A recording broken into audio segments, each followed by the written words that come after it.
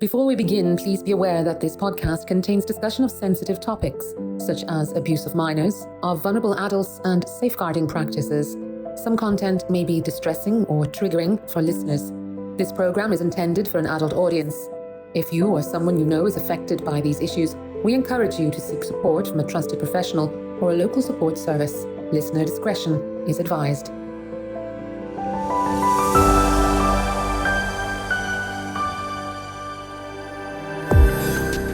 Welcome back to this 8th episode of Inside Safeguarding, the official podcast of the Pontifical Commission for the Protection of Minors. From Rome, I'm William Roberts from the Commission's communications team. Each month, we bring you a reflective look at the Commission's work, conversations on safeguarding as they evolve, and a deeper insight into the wider challenges facing the Church today.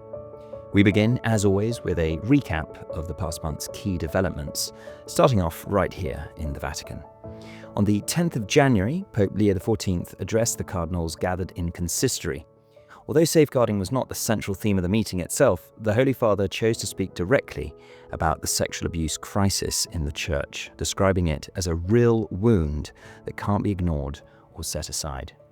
He warned against the temptation to look away, insisting that the Church must keep both its eyes and its heart open to the suffering of victims and survivors. The Pope's focus extended beyond the crimes themselves to the further harm caused when Church leaders failed to listen or to welcome those who came forward. Pope Leo recalled a recent personal encounter with a survivor who told him that the most painful aspect of her experience was that no bishop was willing to listen to her. This was identified as a serious pastoral failure, and the Holy Father urged those present to take that message back into their own contexts. Listening, he stressed, is not a secondary or optional gesture. It's a fundamental responsibility of leadership. Without it, he said, the Church risks deepening scandal and losing credibility, especially among those who have already been harmed. This emphasis closely echoes the Commission's own conviction that safeguarding begins with attentive listening, and that without it, structures and procedures lose their meaning altogether. Just a few days later, from the 13th to the 17th of January, safeguarding efforts took centre stage in a very different setting, the island of São Vicente in Cape Verde. During its annual week of ongoing formation, the Capuchin custody in Cape Verde gathered in Mindelo with a specific focus on the care of minors and vulnerable persons. About 30 friars serving across the islands and in related missions took part in the programme. The formation was led by Claudia Giampietro, the Commission's regional expert for Europe, who accompanied the custody through several days of intensive work. The sessions addressed both foundational and practical questions: how vulnerability presents itself in daily ministry, how authority and power operate within community life, and how communication and boundaries shape safety. Participants reflected on the importance of recognizing risk early, responding with clarity, and understanding that for victims and survivors, there is often a profound before and after that reshapes life and relationships. The training also encouraged a more proactive approach to prevention, particularly in ministry with children, where consistency and clear practices matter just as much as good intentions. The Cape Verdean context brought additional depth to these conversations. Environmental pressures, such as recurring drought, water scarcity, as well as flash floods, continue to shape everyday vulnerability for families and children. These realities affect schools, care settings, and pastoral life, and they must be taken seriously in safeguarding planning. A key outcome of the week was the beginning of the work towards the custody's first safeguarding guidelines. Rather than importing external modules, the friars started with their own lived realities, with the aim of producing a framework that is consistent across island contexts and supported by clear responsibility, including the appointment of a safeguarding delegate. Moving on, also in January, attention turned inward to the well-being of those who carry safeguarding responsibilities within the Roman Curia. A new training program was launched for staff of the Dicastery for Institutes of Consecrated Life and Societies of Apostolic Life, following a formal request from the Dicastery itself. The initiative responds to the demanding nature of the work carried out by its personnel, many of whom regularly engage with cases involving trauma, suffering, and complex human situations. The program focuses on workplace well-being and emotional safety. It addresses themes such as stress, burnout, compassion fatigue, trauma, and vicarious trauma, offering participants conceptual frameworks and practical tools. Led by Rosanna Giacometto, the training creates space for staff to reflect on concrete solutions drawn directly from their own experiences. Its guiding principle is simple and exacting: caring for oneself while caring for others. This attention to internal culture is not incidental to safeguarding. Institutions that don't support those entrusted with sensitive responsibilities risk weakening their capacity to act with clarity and consistency. And the final development this past month took place on the 29th of January, when the Commission hosted a European-focused webinar on high-risk case management. The session examined one of the most complex areas of safeguarding practice: the management of cases involving reassignment and restrictions on the exercise of ministry. Led by Professor Kurt Martens, a leading expert in canon law, the webinar brought together church leaders, safeguarding professionals, and canonists from across Europe and the Americas. Delivered in a plenary format to support multilingual participation, the session placed particular emphasis on questions and answers, reflecting the urgency and sensitivity of these situations. High-risk cases sit at the intersection of safeguarding obligations, canonical procedures, and pastoral judgment. How they're handled carries very serious consequences, both for protection and for credibility. By addressing these issues openly and in detail, the webinar formed part of the Commission's broader effort to support accountability in safeguarding practice across diverse legal and pastoral contexts. So together, these developments remind us that safeguarding is shaped over time through leadership decisions, formation, care for those who serve, and the willingness to engage directly with difficult realities. You're listening to Inside Safeguarding. In our next segment, I'll be joined by Teresa Devlin as we turn to a deeper conversation on the Commission's Universal Guidelines Framework. I'm William Roberts. Thank you for joining me. Welcome back to Inside Safeguarding. In this second part of the episode, we turn our attention to a piece of work that sits at the very heart of the Commission's current mandate, and that is the Universal Guidelines Framework, or UGF. To explore this in depth, I'm joined now by Teresa Devlin, a member of the Commission and one of the key figures involved in the development of the UGF. Teresa brings decades of experience in safeguarding, governance, and survivor-centered practice, both within the Church and in wider institutional settings. Her work has consistently focused on building systems that are not only robust on paper, but workable in real life across different cultures and legal systems. Teresa, thank you very much for joining us today. Could we start off, as we usually do in these interviews, with a brief introduction on your behalf and what it was that brought you to the Commission? I have worked in child safeguarding in the Catholic Church in Ireland for over 15 years. I'm a social worker by background, and I moved to work in the church in 2009. And there I supported the religious leaders, both bishops and religious leaders, to develop good safeguarding practices to ensure that children had a voice in the church, that victims were supported and cared for. I retired from that role this time last year, May 2024. Right. Now, Teresa, you've described the development of the Universal Guidelines Framework as both deeply meaningful and transformative. Could you share a moment of insight from this journey that has personally impacted you? Sure. With others on the Commission, we have been developing guidelines for a global church, which can at times be very challenging because global is kind of difficult to define. And along our journey, we knew that we had to talk to people who were living safeguarding in dioceses and religious communities. So we engaged with a number of people in leadership, priests, religious, lay faithful, who are working in safeguarding. But we also engaged with survivors and victims of abuse. And of all of my conversations, I'm sure they won't mind me saying that I was most touched by the engagement that we had with some victims and survivors, which was relatively recently. I've been in this work a long time, and each time I hear someone who has been harmed in the church, I become very emotional and touched. And that was true of our last engagement with the survivors when we were talking about the guidelines. The two in particular that spoke from the heart were two people who have been very badly wounded by the abuse that they have experienced and by the response that they have received in the church.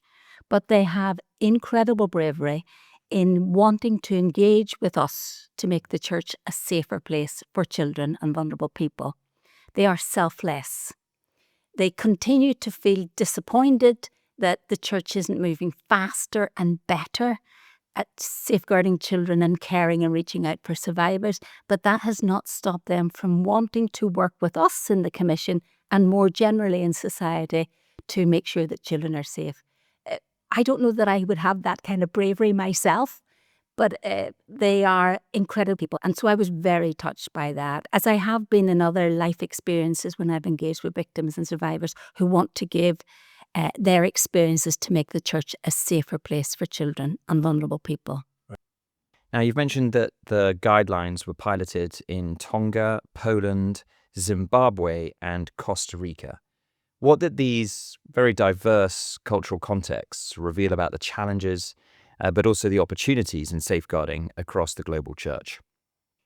Yes, we thought it was really important to test this out in reality, because there was no point in people in Rome like me writing guidelines when they are not applicable to the local culture. So in each of the 4 regions of the Commission, Europe, Asia, Oceania, Africa and the Americas, we wanted to support the implementation of the draft guidelines.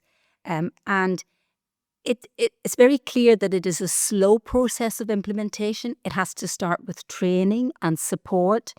A lot of energy was expended by Commission staff and experts in supporting people locally to understand how to implement good safeguarding prevention practices and to support leaders in all of their other responsibilities.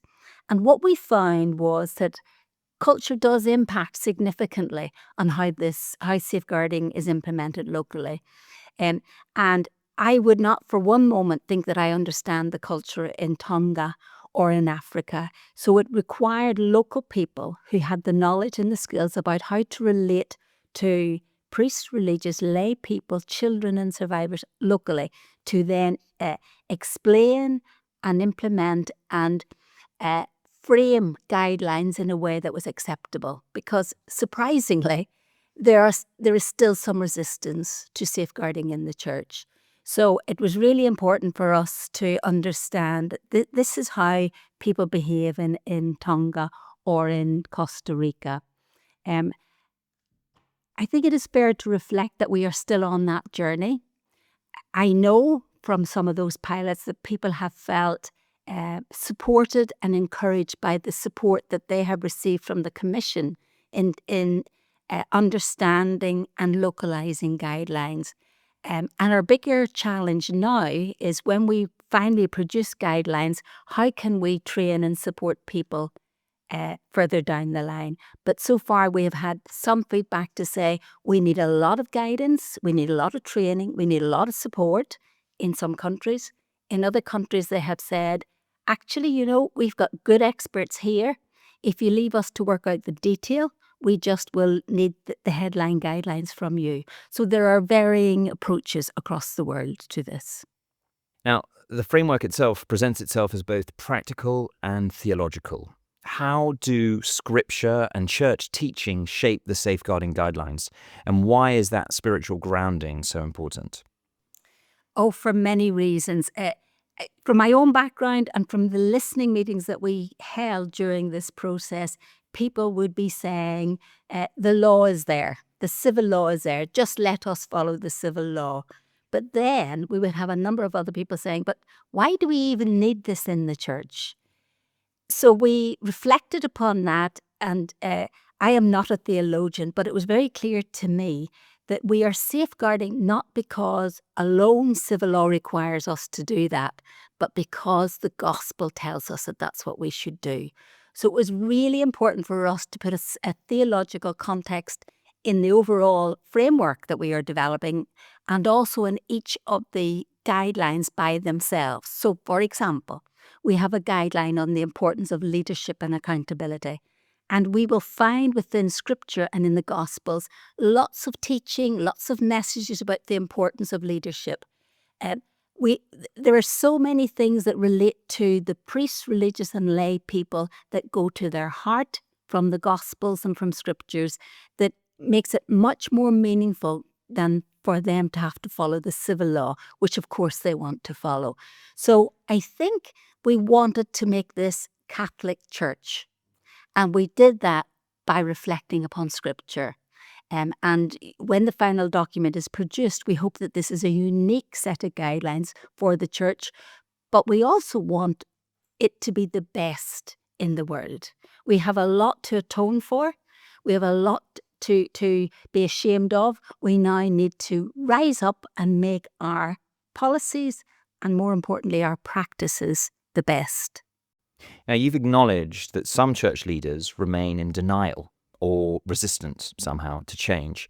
How does the Commission plan to engage those communities in order to foster genuine accountability and transformation? I think I will start by saying there is a huge amount of good practice going on across the world. We can't deny that.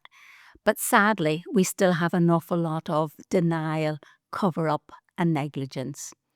And I think the way in which we have to manage that is both by confronting it and calling it out, but also by supporting leaders in and showing them how to safeguard properly. Now, that may sound awfully condescending, and I don't mean it to be condescending, but many people went into the clerical and religious life not as social workers or safeguarders, but because they had a deep calling from God. And for some reason, along the way, they have not been touched by the harm that abuse causes. And it is when you sit with and listen to people who have been hurt in the church that you start to feel the pain. So we will have a multi-pronged approach in supporting our leaders to understand good safeguarding through formal training, through guidance documents, and through enabling them to walk the journey with survivors. At the beginning of this discussion, you asked me what touched me most, and what touched me most was talking to survivors and listening to what they told me. So I hope that when we deliver training on these guidelines, that it is always delivered with survivors of abuse, because then they can hear and listen, because those who have not been harmed cannot understand the deep spiritual, physical, sexual impact that the abuse has brought on them. So I'm hoping that leaders listen with an open heart. I'm hoping that leaders recognize that this is not just a Western problem, that every country in the world will have to confront this. I have no doubt about that. So, and we will look to our Holy Father, Pope Leo, to guide us. We know he is strongly committed to safeguarding, and we're hoping that he will give us his blessing as we approach other church leaders in this mission. Right. And looking ahead, Teresa, how will the tools like training frameworks and audit mechanisms ensure that safeguarding doesn't remain a static policy, but that it becomes, a living, evolving practice in the church? That is so critical. We can write the best policy, and I know it will gather dust. The only way for us to do that is to develop a network of trainers and support people across the church. And by providing local people with understanding, with training materials, with tools to go out and to hold the hands of those who are doing this ministry, then it will work. I'm a strong believer in supporting first and then auditing second. So we will need the minimum of a year to embed the standards, to enable people to understand how to behave with children and young people, to support people in their compassionate response of victims, to ensure that there is a just response when allegations are made. And when we have got a good understanding, then we will set an audit framework whereby locally people will self-audit. How am I doing this? What can I do better? Where do I need more support? And then there needs to be a central auditing framework, which we will develop over time. Excellent. Well, thank you so much, Teresa, for providing these valuable insights and for taking the time to join us here on Inside Safeguarding. Thank you. Thank you.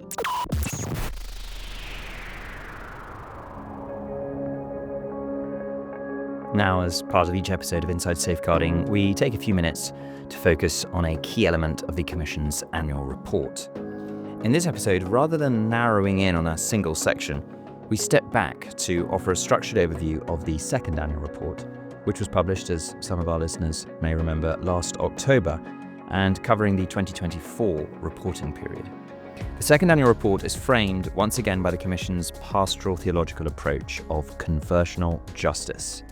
For the 2024 reporting period, the Commission placed particular emphasis on one pillar of that framework, i.e., reparations. The report reflects the outcome of a year-long study into reparations, understood as the multifaceted and essential pursuit of healing for victims and survivors. Reparations are approached here as more than mere financial compensation. They include acknowledgement of harm, meaningful accompaniment, access to support, and actions that recognize the lasting impact of abuse on individuals and communities. This focus shapes the entire report and informs how findings are interpreted across its sections. Closely connected to this work was the annual report Victim and Survivor Focus Group, which represents a significant development in the Commission's methodology. Building on the pilot focus group used in the first annual report, this process was expanded in 2024 to include all 4 of the Commission's regions. Around 40 victims and survivors from around the world participated, bringing diverse experiences and perspectives. They were invited not only to reflect on reparations in their own contexts, but also to provide direct feedback on the draft text of the report itself, what the Commission refers to as the Instrumentum Laboris. Their contributions are summarized in a dedicated section of the report. At the same time, their insights shaped the wider document, with specific themes from the focus group informing the analysis found across all 4 main regions. This reflects a very important methodological choice. Survivor engagement is treated as a thread running through the entire report. The report then moves to a section titled Main Findings and Observations, which draws together the Commission's broader reflections on the state of safeguarding across the universal church. This section identifies recurring challenges such as uneven implementation, resource limitations, and the difficulty in embedding reparations into existing structures, while also pointing to the opportunity for growth, learning, and collaboration. It serves as a bridge between the conceptual framework and the more detailed analyses that follow. Section 1 focuses on the local churches and institutions of consecrated life. In the second annual report, this section covers 18 Episcopal conferences and 2 religious institutes, 1 male and 1 female. As in previous reports, a consistent methodology is used, combining documentation, canonical review, and direct engagement. The aim is not ranking or comparison, but accompaniment, identifying strengths, gaps, and areas requiring sustained attention, particularly in relation to reparations. Section 2 widens the lens to the continental level.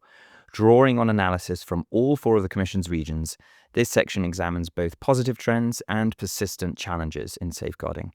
A distinctive feature of the second annual report is the inclusion of specific regional analysis on practices of reparations.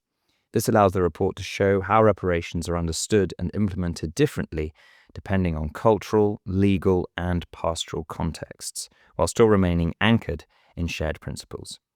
Section 3 turns to the Roman Curia and focuses in this edition on the Dicastery for Evangelization, specifically the section for the first evangelization and new particular churches, formerly known as Propaganda Fide. This dicastery has responsibility for the life of local churches in missionary territories, primarily in Africa and Asia.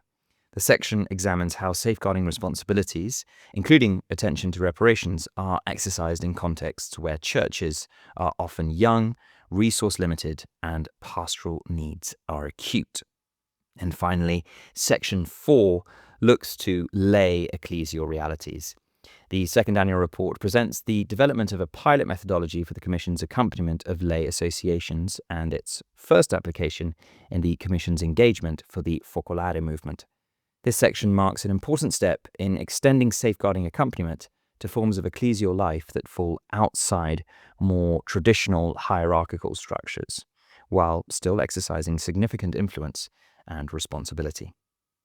In the episodes ahead, we'll return to these sections individually taking time to explore their findings, their methodologies, and their implications in greater depth. For now, this overview provides the map. And that brings us to the end of this episode of Inside Safeguarding. Over the coming months, we'll continue to follow the Commission's work, listen to those engaged in safeguarding on the ground, and reflect on the ongoing journey towards accountability, justice, and healing. If you'd like to read more about the topics discussed today, or explore the second annual report in full, you can visit us at tutelaminorum.va. That's .va, by the way, no longer .org, as starting from 2026, we've changed the domain of our website to internal Vatican servers. So that's tutelaminorum.va. Thank you for listening. I'm William Roberts. Until next time.